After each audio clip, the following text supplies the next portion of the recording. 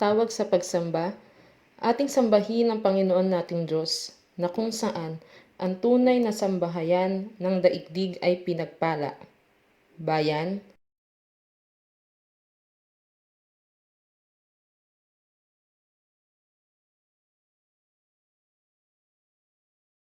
ang Diyos na laging handang tumanggap ay kasama natin ngayon. Tayo napupuri na may kagalakan, O Diyos sa banal mong ngalan. Bayan,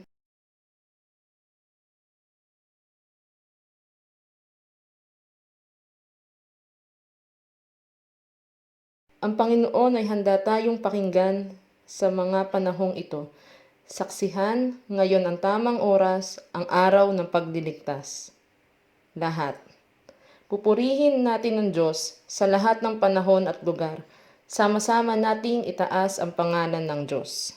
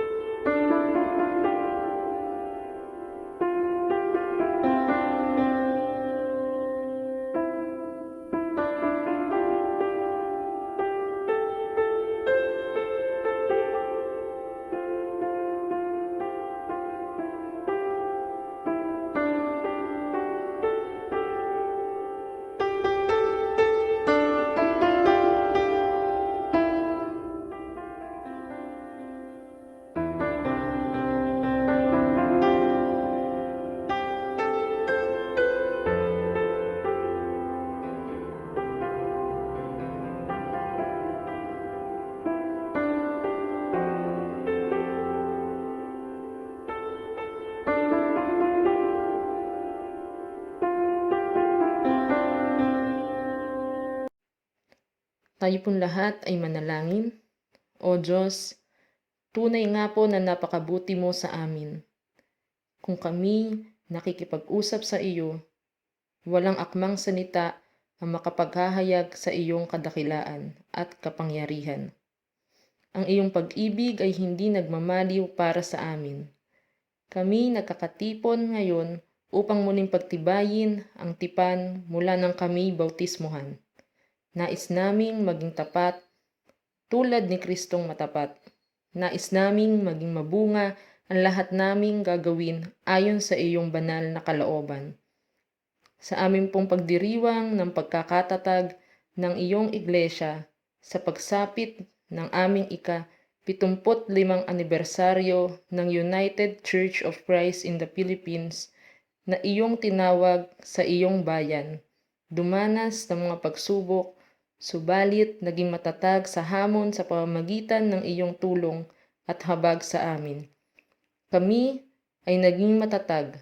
Pagpalain po ninyo ang aming pagsamba, pagsasama-sama, at naway maging pagpapala rin naman kami sa iba. Amen.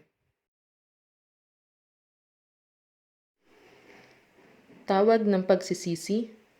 Tulad ng mga unang alagad, marami pa tayong dapat matutunan patungkol sa kasalanan, katuwiran, at paghatol. Tayong lahat ay inaanyayahan na purihin ang Diyos dahil ang kanyang mga kabutihan ay ating nakaligtaan.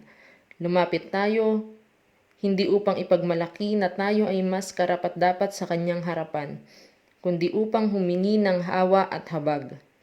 Lingapin nawa tayo ng Diyos sa ating pagsamo at pagpapakumbaba. Sandali ng pananahimik at sariling panalangin pagsisisi.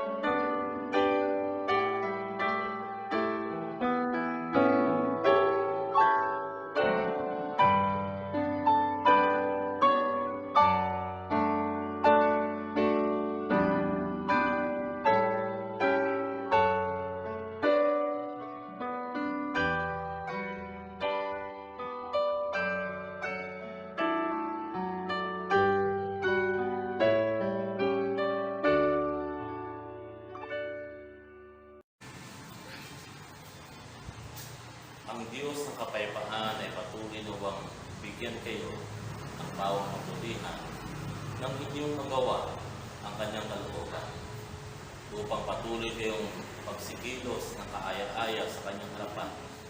Sa pamamagitan ni Jesucristo, tayo ay pinatawad. Nasa kanya ang kapurihan, magpasawalang hanggan. Amen.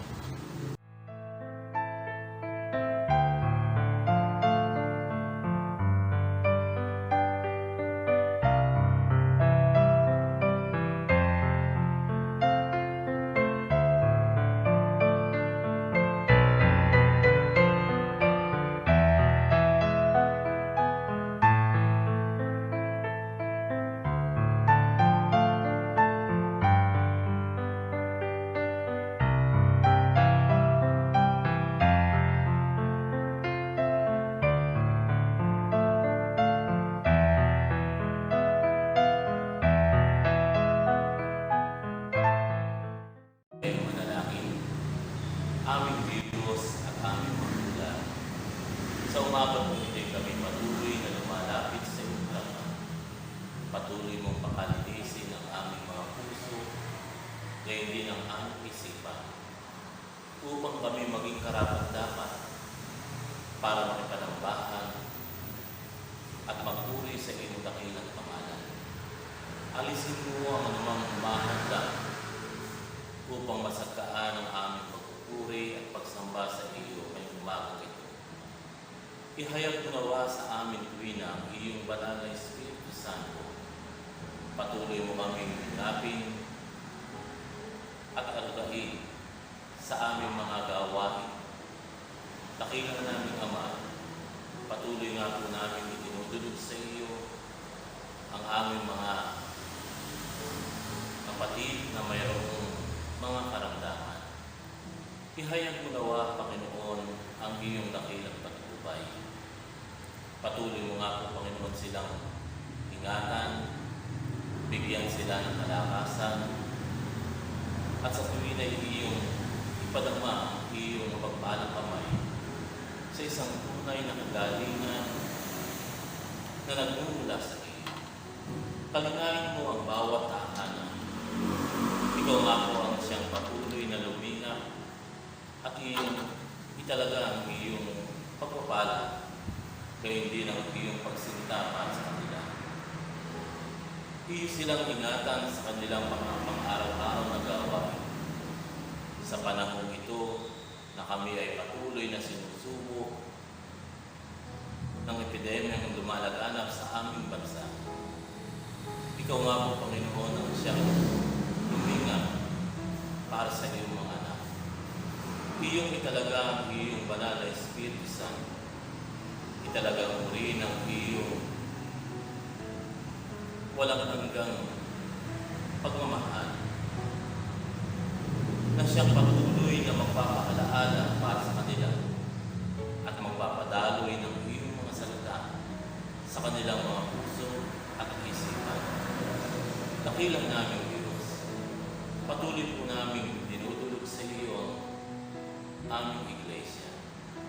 Ikaw nga po, Panginoon, ang siyang luminga.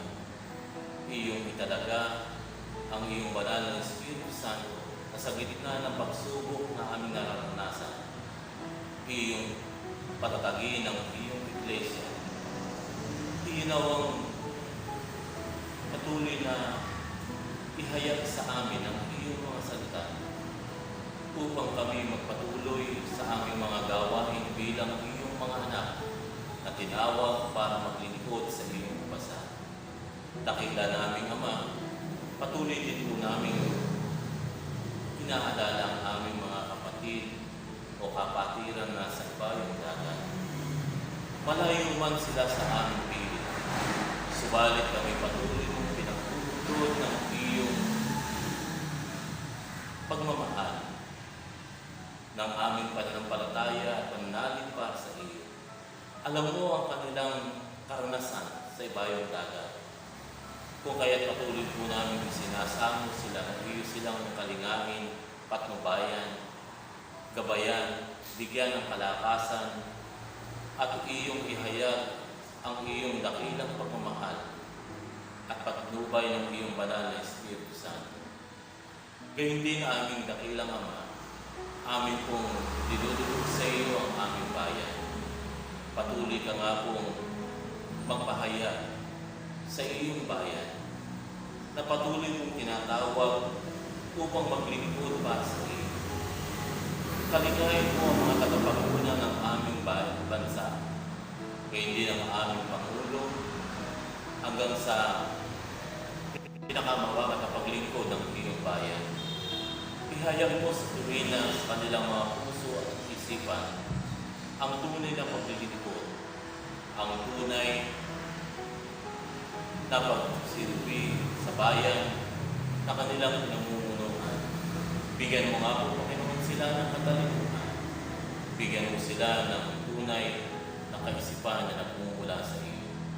Tawagin mo ang iyong mga anak sa isang matapat na paglilingkod para sa iyong bayan.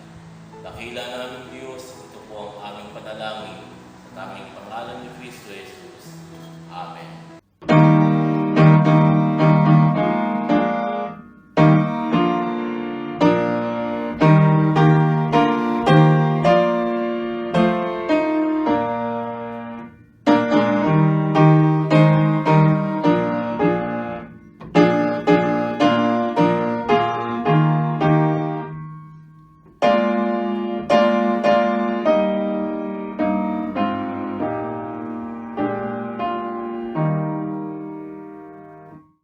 Ang ating pong batayang talata ngayong umagang ito ay ating pong masusugpungan mula sa lumang tipan sa aklat ng propeta ni Nehemias, Kapitulo 1, versikulo 9.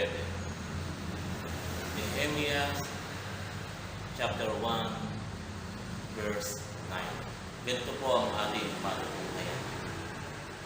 Ngunit kung manunumbalik kayo sa akin at tutupad sa mga utos ko, kahit mangalat pa kayo sa pinakamalayong lugar, titipunin ko kayo muli sa lugar na pinili ko upang ako'y parangalan. Pagpalain nawa ng Diyos ang pagkabasa at pagkarinig natin mula sa kanyang mga salita.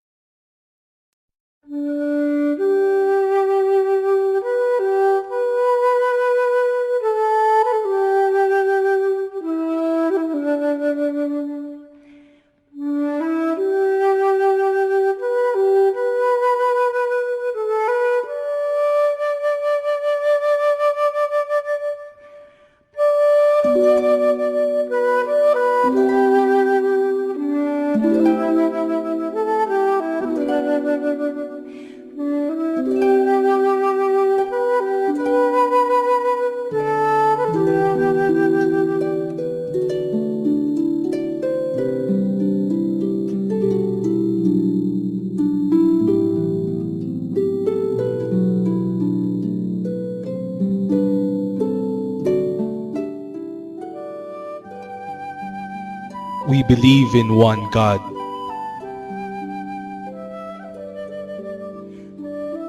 Creator,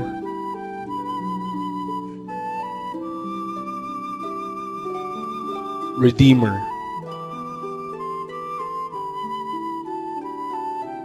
and Sustainer, who provides order, purpose,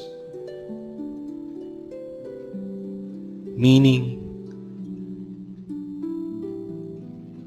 and fulfillment to all creation.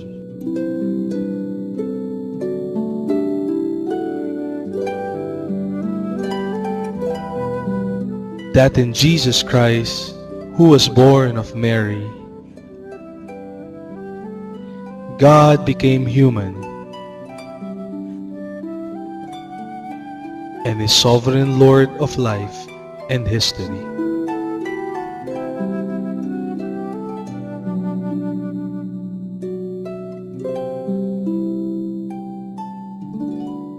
That in the Holy Spirit,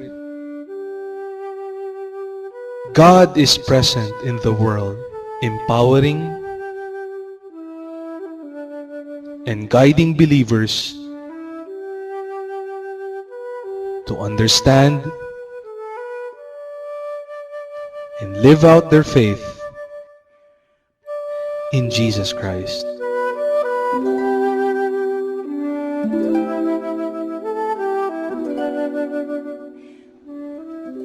We believe persons are created in the image of God.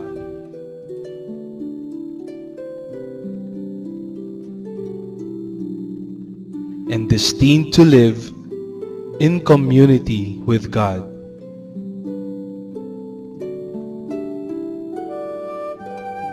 With other persons and with all creation. That by disobedience they have become sinful, but by grace through faith they are redeemed in Jesus Christ.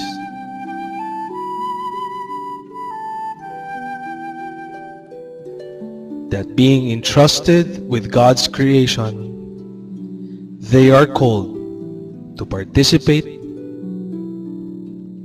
in the establishment of a just and compassionate social order.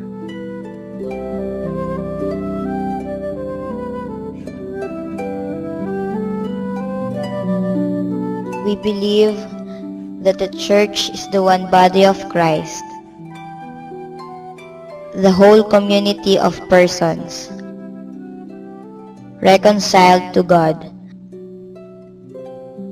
through Jesus Christ and entrusted with God's ministry.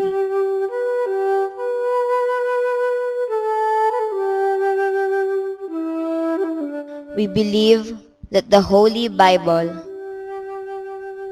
is a faithful and inspired witness of God's self-revelation in Jesus Christ and in history to illumine, guide,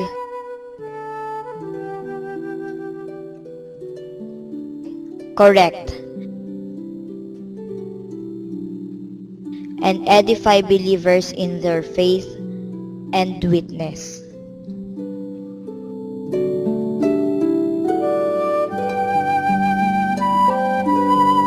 We believe that God is at work to make each person a new being in Christ, and the whole world God's kingdom, in which love, justice, and peace prevail. That the kingdom of God is present where faith in Jesus Christ is shared, where healing is given to the sick, where food is given to the hungry, where light is given to the blind, and where liberty is given to the captive and oppressed.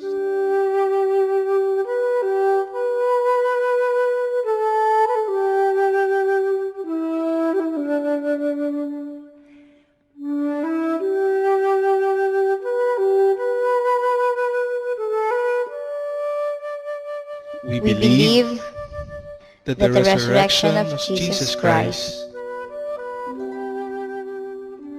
has has overcome the power of death,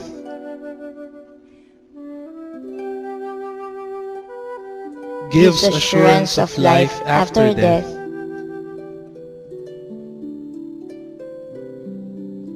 and we look forward to His coming again in all fullness and glory.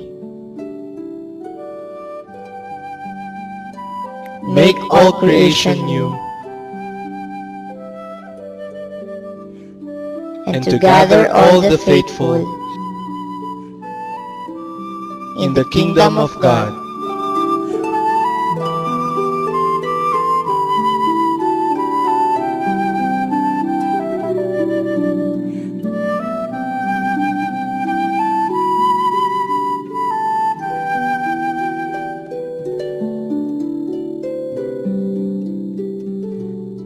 Amen.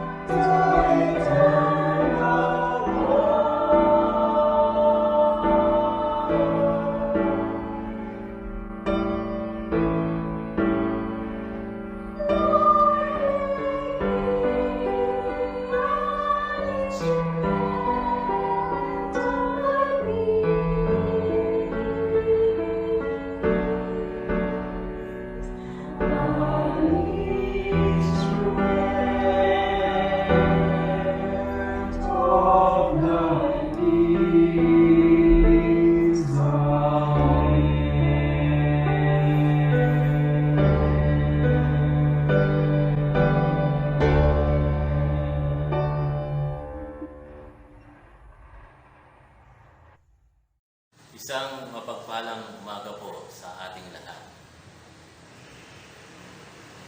Ngayon po ay patuloy po nating ating pong pinagdiriwang ang ating 75 pagkakaroon bilang iglesia dito sa Pilipinas. Maligayang anniversary po sa ating lahat. Noong Mayo 25, 1948, nabuo o formal na idineklara ang pagkatatag ng United Church of Christ in the Philippines o ang UCCP. Sulipan po natin sandali ang ating kasaysayan.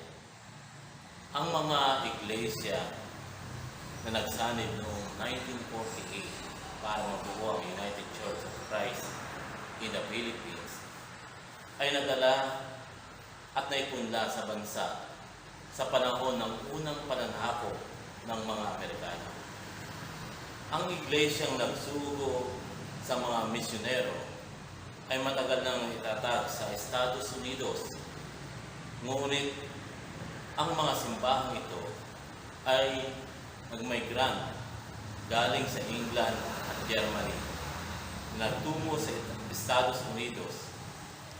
Ang 5 iglesia na sinasabi na nagsama-sama, ang Presbyterian Church, United Brethren, ang Congregational Church, at ang Church of Christ Disciples. Ang lahat ng ito ay tumanaw sa unang iglesyang Kristiyana sa pamamagitan ng Iglesia Romano-Katoliko. Sa ating pagkakatatag, maraming pagsubok at dumaan sa atin, subalit ito ay hindi nagiging hadlang upang tayo ay manghina. Bagkus, ito ay patuloy na nagiging kalakasan para sa mga mananampalataya upang itaguyod ang ministeryo ni Kristo, ang pananampalataya na kanilang tinanggap, ang pananalig sa kanilang puso at isipan, ang siyang patuloy na nagbubukas upang gawin at tahakin ang ministeryo ni Jesus at isulong ang tunay na kapahayagan ng Diyos ayon sa kanyang mga salita. Gayun din, sa kabila ng mga pagsubok na ito, nandoon din ang patuloy na pagtugon para sa mga nangangailangan. Ika nga, tayo ay sinubok sa panahon o ng panahon upang maging matatag. Katulad din ng karanasan ng ating iglesia ngayon sa kasalukuyan ito. Marami sa ating mga iglesia ang naapektuhan ng COVID-19 na kung kaya naman wala tayong lingguhang pananambahan o pagsasama-sama sa isang dako na tinatawag nating simbahan. Wala na rin yung sinasabi nating mga gathering na taunang ginagawa ng ating iglesia. Yung mga gawain, sabi nga ay talagang totally lockdown. Yung iba nga, sabi nga natin, sumapit ang anibersaryo ng kanilang pagkakatatag bilang isang iglesia. Pero sa umiiral na PCQ sa atin, hindi po ito natuloy katulad ng ating mga inaasahan na pagka-anniversary na talagang maraming tao. Dinaan na lamang po ito katulad ng kaparaanan ng ating ginagawa sa kasalukuyan. Minsan tayo ay nagla-live stream para may pahatid ang ating mensahe o ang ating naisin sa pagtataguyod ng salita ng Diyos. Kaya nga sabi nga natin, Kahit na ang lahat ng ating mga gawain, sabi nga ay na totally lockdown, pero hindi rito natatapos ang ating pananampalataya, kundi tayo ay patuloy pa rin gumagawa at gagawa ng paraan upang makipag-ugnayan sa isa't isa o communication. Gayun din, sa gitna nito, ang iba nga nating iglesia ay nakaranas ng bagyong Ambo sa Samar. Marami tayong iglesyang naapektuhan. Nangangailangan sila ng tulong. Pero sabi nga, dito tayo sinusubukan kung papaano tayo kikilos at gagawa para sa ating ibang kapatiran. Wala itong pagkakaiba sa ginawa ng unang mananampalataya na sila ay nagtutulungan upang makatulong sa kanilang mga kasama. Isang napakaganda pong balikan o balik-tanawin ang isang bagay, lalo na kung ito'y malaki ang ambag sa ating buhay, sa usapin ng ating pananampalataya, sa usapin ng ating individual na pakikipagbuhay. Lalo na, sabi nga natin, kung ito ay nagpapakita ng isang tagumpay para sa ating mga buhay bilang isang mga mananampalataya. Sa kabila ng pagsubok na ating nararanasan, atin pa rin nagagawa ang ating mga gawain. Ito'y sa udyok na rin ng ating pananampalataya at matubay ng banal na Espiritu Santo para sa ating lahat. Pero sabi nga natin, ang lahat ng bagay na ating ginagawa, ito ay may malaking mga consequences, di ba? Hindi naman talaga natin masasabing tagumpay tayo kung walang pagsubok para sa ating mga buhay. Hindi tayo magiging matatag sa ating pananampalataya kung walang pagsubok sa ating buhay pananampalataya, di po ba? Sapagkat ang mga pagsubok na ito ang siyang patuloy na nagpapatatag sa ating mga buhay. Paano natin pinanghahawakan ang pananampalataya at pananalig kay Kristo sa ating mga buhay. Si Nehemia ay isang taong matuwid at tapat na naglilingkod sa ating Diyos. Siya ang taong may determinasyon na gawin ang isang bagay na ayon sa kagustuhan ng Diyos. Siya ay matapat na tagasunod at nabubuhay sa pag-ibig ng Diyos. Sa pagkaguho ng pader at pagkasunog ng pintuan para sa mga Israelita, ito ay isang kahihiyan, tanda ng pagkasakop at paghihirap mula para sa kanila. Pero si Nehemia ay tinawag ng Diyos at siya ay buong pusong nagtiwala sa Diyos. Siya ay nanananga na tutulungan siya ng Diyos na may bagong muli ang Jerusalem mula sa kahihiyan at gayon din ang mga Israelita. Pero sabi nga natin, kung ating babasahin ang istorya ni Nehemia, hindi napakadali o hindi madali ang kanyang naging karanasan dahil may mga pagsubok na dumarating sa kanya. Noong panahon na kanyang binubuo yung pader ng Jerusalem, may maraming hadlang na dumating sa kanyang buhay. Kaya nga, sabi nga, kung titingnan natin sa mga hadlang na iyon, siyempre sa pagbubuo ng pader na iyon, unang-unang mong kakausapin ay ang mga tao. Paano ka makikipag-communicate o makikipag-usap para sa kanila. Isang bagay na mahirap gawin para kausapin ang mga pinuno at mga kababayan niya. May sumang-ayon, meron din namang hindi. Di ba? Sabi sa istorya. Gayunpaman, nanatili sa kanya ang lakas ng loob para maisakatuparan ang kanyang misyon. Sa ating mga karanasan bilang mga mananampalataya, sa bawat hamon na dumarating sa ating buhay, dumaranas tayo ng mga kabiguan, pagluha, kalungkutan.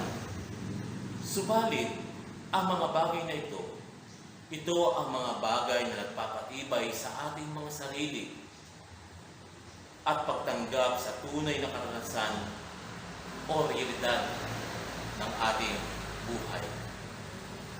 Wala itong pagkakaiba sa ating karanasan sa kasalukuyan. Di po ba? Sa ating mga iglesia, hindi po lingid ang ating mga kalagayan o katatayuan. Kapag ka po wala po tayong mga simba, di po ba, 2 buwan po tayong walang simba, paano natin matutustusan ang pangangailangan ng ating iglesia? Yung ating mga bills, paano natin ito babayaran? Ito yung mga pinuproblema ng ating mga iglesia. Pero sabi na, sa ganitong panahon, hindi natutulog ang Diyos.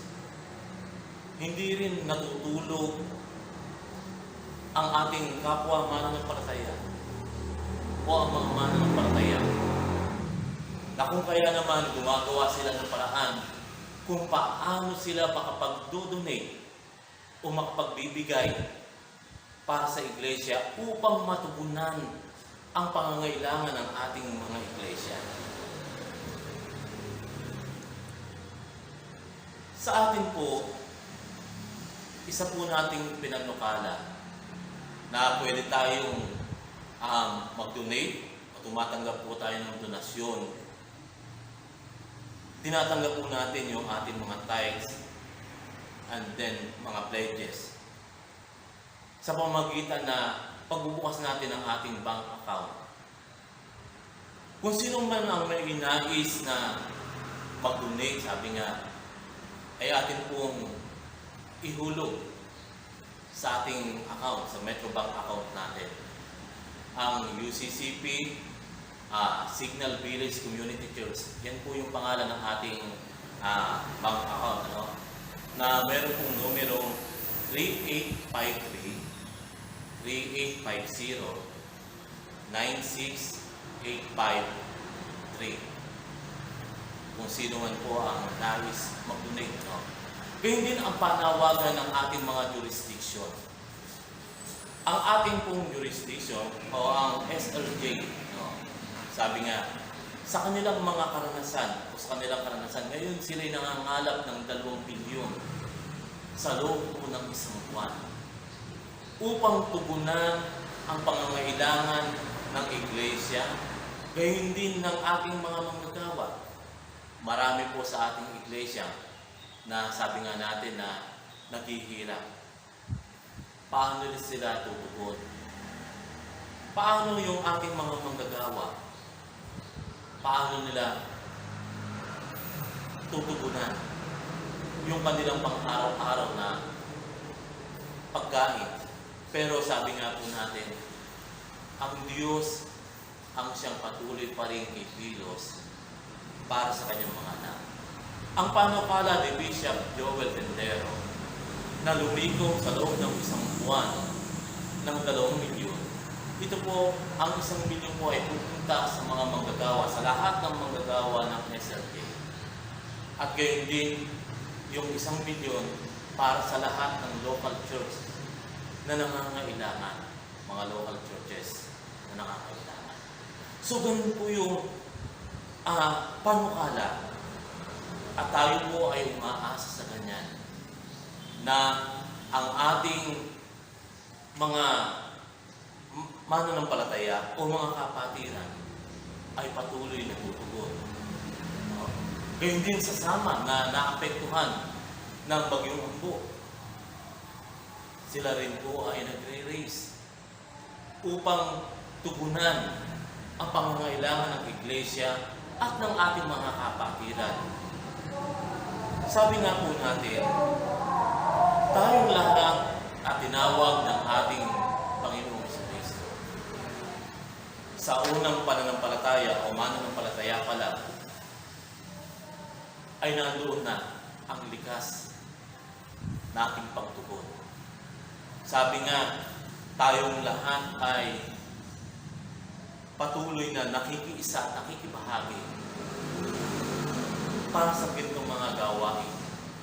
Hindi man sa financial na estado ng pagtugon, nandun pa rin yung ating pananalangin.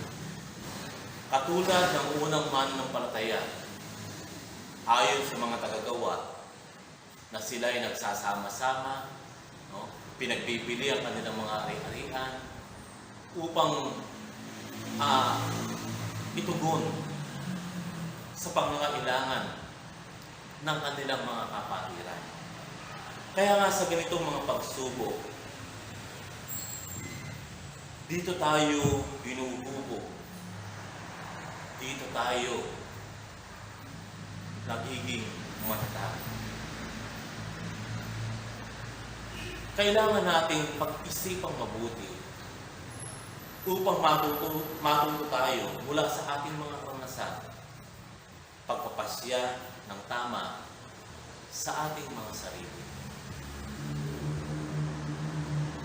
Kung kaya't ang hamon sa atin, kailangan nating maging matatag. Hindi dapat tayo nagiging mahina o nawawalan ng pag-asa. Tayo ang gagawa at magpapasya para sa ating mga sarili sa pamamagitan ng pag-ibig ng Diyos na dumadaloy sa atin. Sa ating kapanahunan, kailangan natin na sumentro sa tunay na kalalagayan o focusing our heart and mind in true reality of life. Kung kaya't kailangan natin muli nating itayo, palakasin ang ating mga pananampalataya. At sa gitna ng pagpapalakas ng ating pananampalataya, tayo ay sama-samang kikilos, tayo ay sama-samang gagawa para sa bagong kasaysayan ng ating mga pananampalataya o ng ating iglesia. Sa kalagayan ng ating iglesia, we are focusing the life in new beginning ng pagbabago. Kagaya po ng pagsabit ng COVID-19 sa atin, binago nito ang ating mga nakasanayang gawin. Subalit sabi nga natin, babalik din tayo sa normal na gawain natin. Kung maiba man ito ang tawag ng panahon. Ito ang tawag ng panahon na kung saan kailangan baguhin natin ang anyo ng ating mga nakagis ng gawain, ng ating mga sariling naisip. Ngayon, sa panahon ito, tayo ay mamumuhay sa tinatawag nating new normal. Pero sabi nga natin, kahit na may new normal na ito, hindi pa rin matitinag ang ating pananampalataya at ating pananalig kay Kristo. Tayong lahat ay susulong at hahayo upang itaguyod ang ministeryo ng ating Diyos, ang Diyos ng ating mga ninuno, at ang Kristo na dumating na siyang gagawa ng paraan upang panumbalikin ang ating pagsama-sama, ang ating paglilingkod. Pagpupulorin tayo sa isang pananampalataya, pananalig mula sa ating mga kalagayan. Huwag po tayong paghihinaan ng loob sa panahon ng pagsubok na ito. Alalahanin natin si Propeta na kahit anong pagsubok na dumating sa kanyang buhay, hindi siya bumitiw sa pananalig at pagtitiwala sa ating Diyos.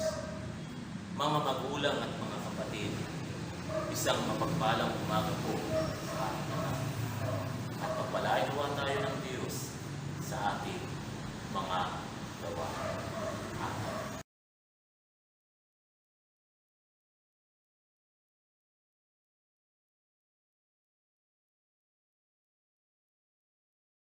Amen.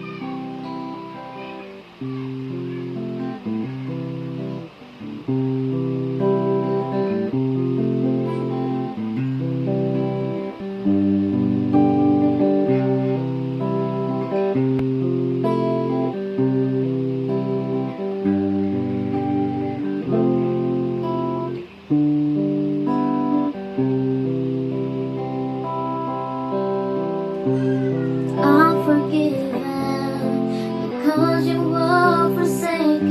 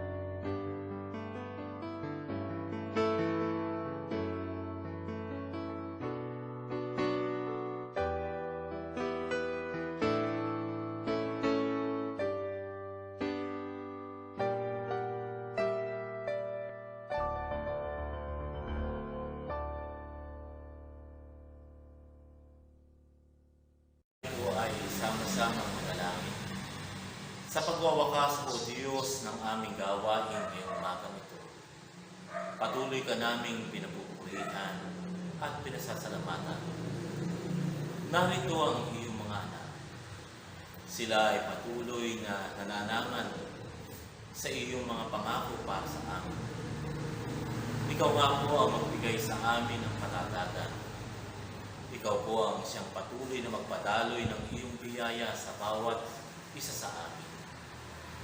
Patuloy mo kaming kandiliin at ilayo sa anumang kapahamakan.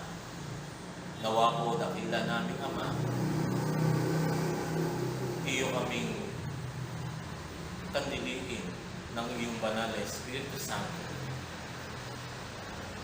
Ang iyong mga anak ay patuloy na nagpapasalamat sa mga bagay o mga natatanging araw na sumapit sa kanilang buhay. Kung ito man ay pagsapit ng kanilang mga kaarawan, dakila naming Ama, iyo nga po Panginoong pagpalain ang iyong mga anak at patuloy mo nga po Panginoon silang kandiliin. Iyo nga po Panginoong tawagin sila sa kanilang tunay at matapat na paglilingkod para sa iyo. Sa panibagong buhay na iyong pinagkakaroon sa kanila, ihayag mo nawa ang mga taon pang darating para sa kanila, na kung saan ang tunay na paglilingkod at pagtitiwala para sa iyo ay patuloy na nasusupungan sa kanilang mga puso, gayon din sa kanilang mga gawa. Kung sila man ay nagpapasalamat dahil sa sila ay patuloy mong kinandili, binigyan ng kalakasan, pinagaling sa kanilang mga karamdaman. Dakila namin Diyos, patuloy kang magpahayag para sa kanilang buhay. Patuloy mong italaga ang iyong banal na Espiritu Santo sa kanila. Ang patnubay ng iyong mga kamay na siya patuloy na magbibigay at magdudulot sa kanila ng tunay na kalakasan. Tanggapin mo ang pasasalamat ng iyong mga anak. Paghari nawa ang iyong dakilang salita para sa kanilang buhay. Gayon din ang iba sa amin nagpapasalamat para sa kanilang anibersaryo ng kanilang pag-iisang dibdib. Patuloy mo nga po, Panginoong, samahan sila at pagpupulirin mo ng iyong dakilang pagmamahal mula sa kanilang pagsasama. Naway patuloy mo silang bigyan ng kaunawaan, patuloy mo silang bigyan at payuhungin sa kanilang buhay ang tunay na pagiging isa nila ayon sa iyong mga salita. Dalangin nga po namin sila sa mahabang panahon na kanilang pag-iisang dibdib. Ihayag mo nawa ang patuloy mong pagkalingan, pag-iingan, ang pag-uunawaan, at ang iyong masaganang biyaya para sa kanilang tahanan, sa kanilang lingkod, ayon sa iyong kabutihan. Dakila namin Diyos, sa amin pong paghiwa-hiwalay ngayong umagang ito, ihayag mo nawa sa amin ang iyong dakilang patnubay. Ang biyaya ng Diyos amang nasa langit ang siyang patuloy nawa nating maranasan. Patuloy nawang ihayag sa ating lahat ang kanyang walang hanggang pagkalinga, ang patnubay ng kanyang mga kamay, ang siyang patuloy nating maranasan sa isang walang hanggang pag-ibig niya para sa atin, sa kanyang mga biyaya at pagkasing para sa ating buhay. At ngayon nga mga kapatid, bumayo tayong lahat at taglay ang kabutihan ng ating Panginoong Kristo. Taglayin nawa nating lahat ang kanyang banal na Espiritu Santo na siyang patuloy na lilingap para sa atin mula ngayon at magpakailanpaman. Amen.